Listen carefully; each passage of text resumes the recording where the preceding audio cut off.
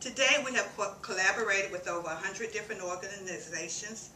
Our programs and services include the development of 150 single-family homes, 38 units of elderly housing with a community building, the renovation of 50 single-family homes, the renovation of a 104-unit multifamily complex that was actually a HUD foreclosed property that we purchased.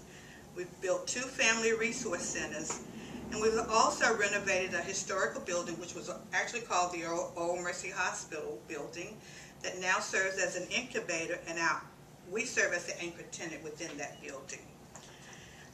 And additional services that we actually provide today are pre and post counseling, default counseling, credit repair and budgeting. We have an IDA program. We also do property management. We have and also do business referrals. There are actually today approximately 70 racially diverse community-based organizations in urban and rural communities within our states. Thank you. Thank you, Ms. Blackston. Again, I'm Reginald Spate, the Chief Executive Officer of Martin Community Action in Williamson, North Carolina. And we are the community action agency that provides weatherization services to 6 counties in eastern North Carolina. Anybody here have ever heard of East Carolina University who's not from North Carolina? Okay. Okay, all right, good enough. Okay, so Pitt County is one of our counties. So we serve Martin, Pitt, Beaufort, Nash, Edgecombe, and Wilson. Now we just gravitated to the Wilson County, Nash, Edgecombe, Wilson area in 2008. Okay, so because of that, the partnership with the Wilson Community Improvement Association, there was another entity that provided weatherization in Wilson County before our arrival there. I'm originally from Wilson, so I'm very familiar with Ms. Corbett, Ms. Blackston. In fact, I was her brother's, one of her best men at the end of the wedding, so we go way back. Yeah, way We go way back. So, in being in Wilson County, my mother still lives there. I have 3 sisters who live there.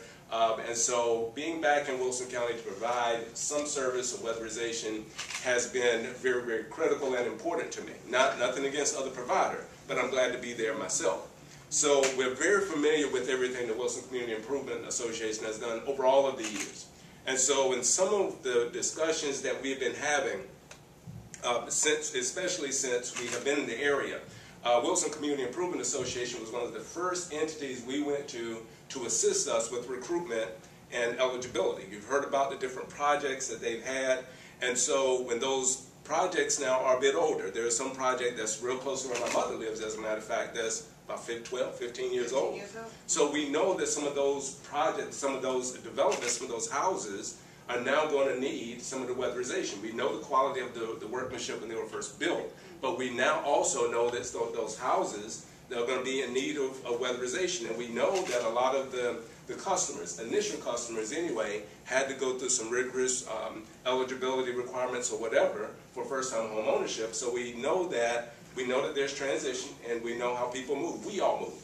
So we don't expect all of those houses necessarily to qualify based on who's there now, but we're in the process of developing a collaborative agreement to do outreach on at those particular developments so that we can go in and provide those weatherization services.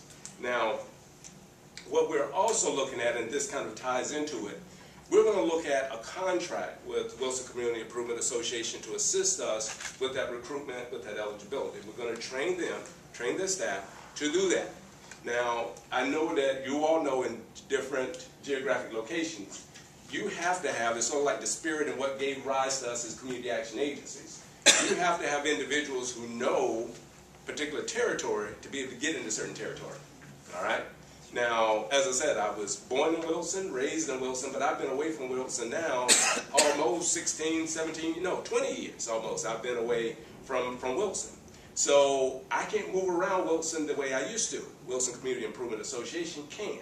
So we're going to do a contract with them to help us with their recruitment, and that contract is going to stipulate certain dollar values that's associated with that. Now, the purpose of our doing that is the second piece we want to do. Those same individuals that they're going to be recruiting, families that they work with, families they may not have worked with, they're in Wilson for us to assist us with this. But that revenue that's being generated, we're going to look at another contract to utilize a crew with Wilson Community Improvement Association to do work for us, okay? Shell work. for us, okay? And so the way we have everything set up in our state, in the state of North Carolina, subcontractors who work for us have to be approved by the state, okay? They have to be put on what's called an approved subcontractors list. They go through state training, they go through a state certified training, whatever that training may be, and then when those individuals are trained and test out on houses, the state says these are subcontractors that anyone in the state can use to do weatherization work. We'll be working with Wilson Community Improvement Association to help them identify certain skill sets, whatever that they may be looking at preliminarily in crews, but then also to assist them to get them on the track of whatever that training is going to be that the state will authorize and recognize.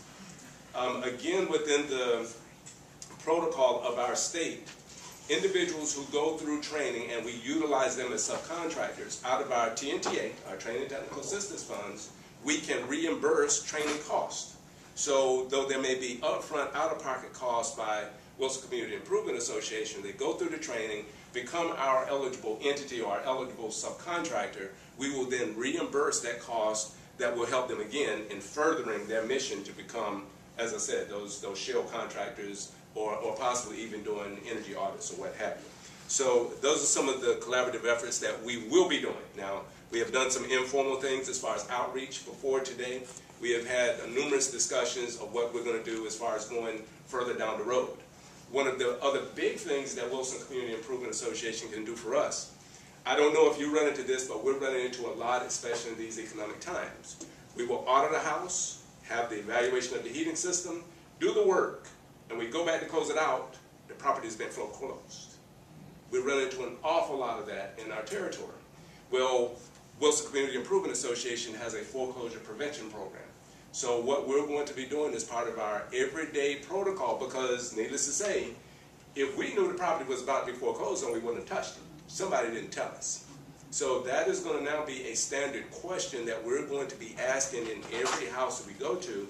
What is your status? What is your current living status? Are you in any kind of financial difficulties or whatever? Because again, if the people who we work with have to income qualify, and if somebody or no one in that house has an income, that tells me that that house may be close to being foreclosed on.